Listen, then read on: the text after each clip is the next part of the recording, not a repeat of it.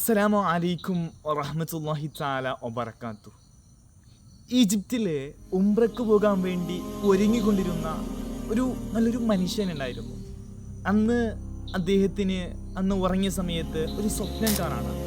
നിങ്ങൾ ഉംറയ്ക്ക് പോകുന്ന സമയത്ത് നിങ്ങളുടെ അയൽവാസിയെയും കൂട്ടിക്കൊണ്ടു പോകണം എന്നുള്ളതായിരുന്നു ആ സ്വപ്നം.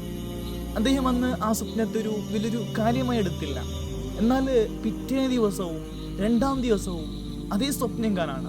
നിങ്ങൾ ഉംറയ്ക്ക് പോകുന്ന സമയത്ത് നിങ്ങളുടെ അയൽവാസിയെ കൂട്ടിക്കൊണ്ടു പോകണമെന്ന്.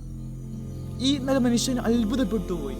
പിറ്റേ ദിവസം തന്നെ തൻ്റെ നാട്ടിലെ വലിയ പണ്ഡിതൻ്റെ അടുത്ത് പോയി സംഭവം പറയാണ്. ആ സമയത്ത് പണ്ഡിതൻ പറയുന്നുണ്ട്, നിങ്ങൾക്ക് ആ വ്യക്തിയെക്കുറിച്ച്, ആ അയൽവാസിയെക്കുറിച്ച് എന്തെങ്കിലും അറിയാമോ? ആ സമയത്ത് ഈ നല്ല മനുഷ്യൻ പറയുന്നുണ്ട്, അദ്ദേഹം പള്ളിയിലേക്ക് വന്ന് നിസ്കരിക്കുന്നതോ അല്ലെങ്കിൽ നല്ലൊരു കാര്യത്തിൽ ഏർപ്പെടുന്നതായി എനിക്ക് കാണാൻ സാധിച്ചിട്ടില്ല.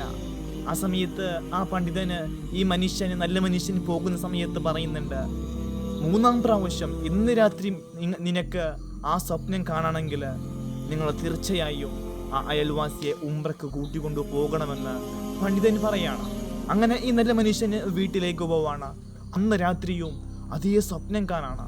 നിങ്ങൾ ഉംറയ്ക്ക് പോകുമ്പോൾ നിങ്ങളുടെ അയൽവാസിയെയും കൂട്ടിക്കൊണ്ടു പോകണമെന്ന്. പിറ്റേ ദിവസം തന്നെ ഈ നല്ല മനുഷ്യന് ആ അയൽവാസിയുടെ വീട്ടിലേക്ക് പോയി പറയുന്നുണ്ട്, അസ്സലാമു അലൈക്കും വറഹ്മത്തുള്ളാഹി, നിങ്ങൾ എൻ്റെ കൂടെ ഉംറയ്ക്ക് വരുന്നുണ്ടോ എന്ന് ചോദിക്കുകയാണ്. ആ സമയത്ത് അയൽവാസി സന്തോഷത്തോടെ പറയാണ്, എനിക്ക് ഉംറയ്ക്കൊന്ന് പോകണക്ക് ആഗ്രഹമുണ്ട്, എന്നാലും എനിക്ക് ഒളു എടുക്കാനോ അല്ലെങ്കിൽ നിസ്കരിക്കാനോ ഒന്നും അറിയില്ല. ആ സമയത്ത് ഈ നല്ല മനുഷ്യൻ അയൽവാസിയോട് പറയാണ്, അതല്ല, ഞാൻ പഠിപ്പിച്ചു തരാം, ഒരു പേടിയും വേണ്ട. അന്നത്തെ ദിവസം തന്നെ ഒളു എടുക്കാനും നിസ്കരിക്കാനും എല്ലാം പഠിപ്പിക്കാൻ തുടങ്ങുകയാണ്. അങ്ങനെ രണ്ടുപേരും ഉംറയ്ക്ക് വേണ്ടി പോവാണ്. അങ്ങനെ ഉംറയ്ക്ക് വേണ്ടി പോയി ഈ നല്ല മനുഷ്യന് ചെയ്യുന്ന ഓരോ കാര്യങ്ങളെല്ലാം ഫോളോ അപ്പ് ചെയ്തുകൊണ്ട് കൃത്യമായി ഈ അയൽവാസി ഉംറ പെർഫെക്റ്റായി ചെയ്യാണ്. അദ്ദേഹം ഉംറയ്ക്ക് പോകാൻ തുടങ്ങിയ ആ സമയം മുതൽ തന്നെ ആത്മീയമായി പല ചേഞ്ചസുകളും ഈ അയൽവാസിക്ക് സംഭവിച്ചിരുന്നു. അങ്ങനെ ഒരു ദിവസം ഹറമിൽ നിന്ന് വൈകുന്നേരം വന്ന ശേഷം ഈ അയൽവാസി വീണ്ടും ആ നല്ല മനുഷ്യനോട് ചോദിക്കുന്നുണ്ട്, ഞാൻ ഒന്നും കൂടി ഹറമിലേക്ക് പോയി വരട്ടെയോ? കാരണം ഞാൻ എൻ്റെ ജീവിതത്തിൽ കുറേ സമയം പാഴാക്കിയിട്ടുണ്ട്, അതുകൊണ്ട് ഒന്നും കൂടി ഒന്ന് പോയിട്ട് വരട്ടെയോ എന്ന് ചോദിച്ച സമയത്ത് ഈ നല്ല മനുഷ്യൻ പോയിക്കോ എന്ന് ഉത്തരം നൽകുകയാണ്. അങ്ങനെ അന്ന് ഹറമിലേക്ക് പോയി ഈ അയൽവാസി പെട്ടെന്ന് വരുന്നുണ്ട്. എന്നാൽ പിറ്റേ ദിവസവും ഇങ്ങനെ ഹറമിലേക്ക് വീണ്ടും പോവാണ്. എന്നാൽ പോയ ഈ അയൽവാസിയെ തിരിച്ചു വരുന്നത് കാണാതെയായപ്പോൾ ഈ നല്ല മനുഷ്യൻ അത്ഭുതപ്പെട്ടു പോയി. എന്താ ഇതുവരെ വരാത്തതെന്ന് കരുതിക്കൊണ്ട് അന്വേഷിക്കാനായി നോക്കാൻ വേണ്ടി ഹറമിലേക്ക് ഈ നല്ല മനുഷ്യന് പോവാണ്. പോയ സമയത്ത് അത്ഭുതകരമായ കാഴ്ചയാണ് കണ്ടത്.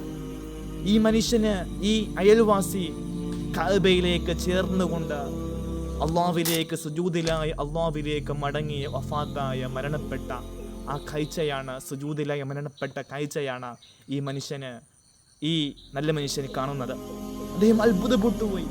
കുറച്ച് ദിവസം മുമ്പ് നന്നായ നിസ്കരിക്കാനും എല്ലാം നല്ല കാര്യങ്ങൾ ചെയ്യാൻ തുടങ്ങിയ ഈ മനുഷ്യന് എങ്ങനെയാണ് ഇത്ര നല്ലൊരു ആഖിബത്ത്, ഇത്ര നല്ലൊരു മരണം ലഭിക്കാൻ കാരണമെന്ന് ചിന്തിച്ച് അത്ഭുതപ്പെട്ടു പോയി.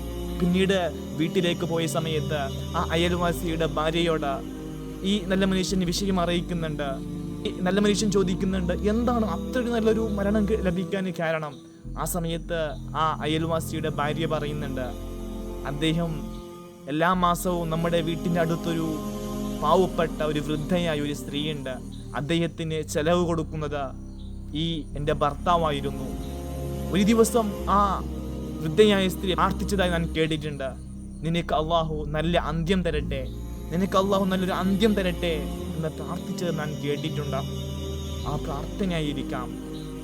അപ്പോൾ നമ്മൾ പാവപ്പെട്ടവർക്ക്, ഭക്ഷണമില്ലാത്തവർക്ക് ഭക്ഷണം കൊടുക്കുമ്പോൾ അവർ മനസ്സറിഞ്ഞുകൊണ്ടുള്ള അവരുടെ പ്രാർത്ഥന എന്തുകൊണ്ടും സ്വീകരിക്കും. അതുപോലെ ഭക്ഷണം കൊടുക്കാനുള്ള നമുക്ക് തൗഫീഖ് നൽകട്ടെ.